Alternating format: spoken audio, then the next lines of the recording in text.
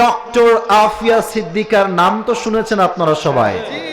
আফিয়া সিদ্দিকা, মুসলমানদের ঈমান যে কত তাজা হয়, কত উত্তম হয়, কত তাজা দীপ্ত ঈমান হয়, ডক্টর আফিয়া সিদ্দিকা তার বেস্ট এক্সাম্পল, ঠিক কিনা বলেন? ডক্টর আফিয়া সিদ্দিকাকে 2003 সালে পাকিস্তান থেকে কিডন্যাপ করা হয়। তাকে কিডন্যাপ করা হয়েছিল এই ব্লেম করে যে ডক্টর আফিয়া সিদ্দিকা নাকি আল কায়েদার সঙ্গে জড়িত ছিলেন। এবং আপনারা অবাক হবেন, ডক্টর আফিয়া সিদ্দিকা ছিলেন, শি ওয়াজ নিউরোসায়েন্টিস্ট, সে একজন বিজ্ঞানী ছিল এবং পাশাপাশি সে আল্লাহর কোরআনের হাফেজা ছিল। সুবহানাল্লাহ বলেন। তাকে গ্রেফতার করা হলো একজন সেনা হত্যার দায়ে।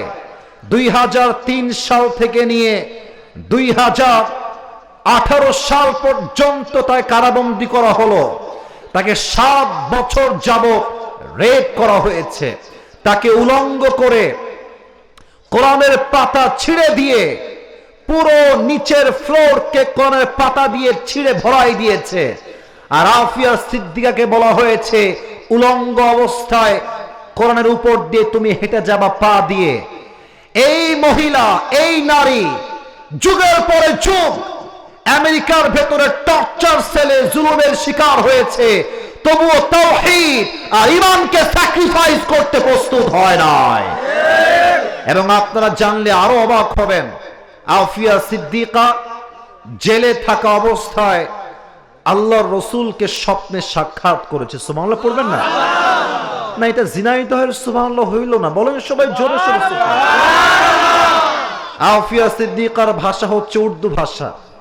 নবীর সঙ্গে স্বপ্নে সাক্ষাৎ, ডাক দিয়ে বলছে, ইয়া রাসূলুল্লাহ मैं यहां पर कब तक रहूं, আমি এখানে আর কতদিন থাকবো ইয়া রাসূলুল্লাহ, ये इम्तिहान कब खत्म होगा, এই পরীক্ষা কবে শেষ হবে ইয়া রাসূলুল্লাহ।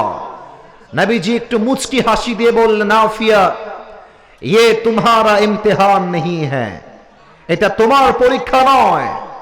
এই কথা শুনে আফিয়া সিদ্দিকা চোখের পানি ছেড়ে বললেন, ইয়া রাসূলুল্লাহ अगर ये मेरा इम्तिहान नहीं है तो मुझे जो जुल्म किया जा रहा है ये मुझसे और बर्दाश्त नहीं होता।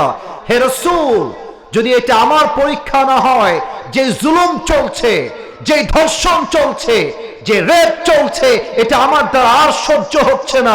এ নবী, আমি কবে মুক্তি পাবো? নবীজি বলছেন, আফিয়া ये तुम्हारा इम्तिहान नहीं है, ये मेरी उम्मत का इम्तिहान है, এটা আমার প্রত্যেকটা উম্মতের ইমতিহান। হকের পক্ষে থাকলে বাধা আসবে, জেল আসবে, জুলুম আসবে, বাট কথা হবে একটা, আমার জীবন যাবে, কল্লা যাবে, বাতিলের সামনে আমার মাথা ঘোরাত হবে না। ঝিনাইদহের ভাই, আল্লাহ সেই জাগ্রত ঈমান আমাদের সবাইকে দান করুক। পড়েন সবাই আমিন।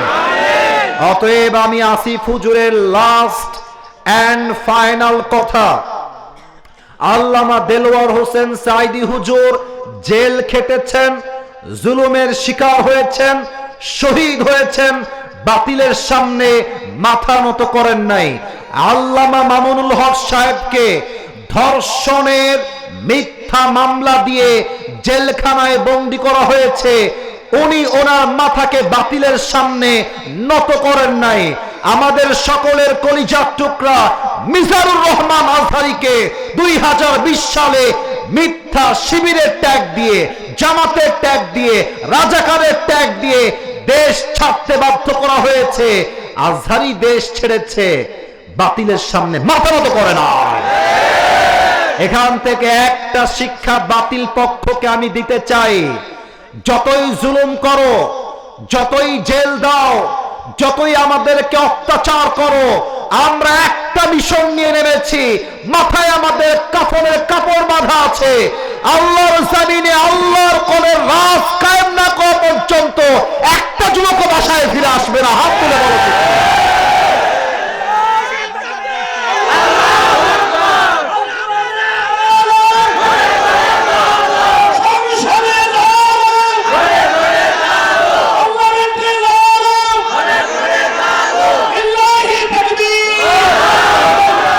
আল্লাহ যেন এই স্লোগানকে কবুল করে, পড়েন সবাই আমিন। খালি স্লোগান দিলে হবে না, যখন দিন কায়েমের আন্দোলনের কথা আসবে, আল্লাহর জমিনে আল্লাহর রাজ কায়েমের কথা আসবে, মাথায় কাপড় বেঁধে রাস্তায় নামতে হবে যুবক ভাই।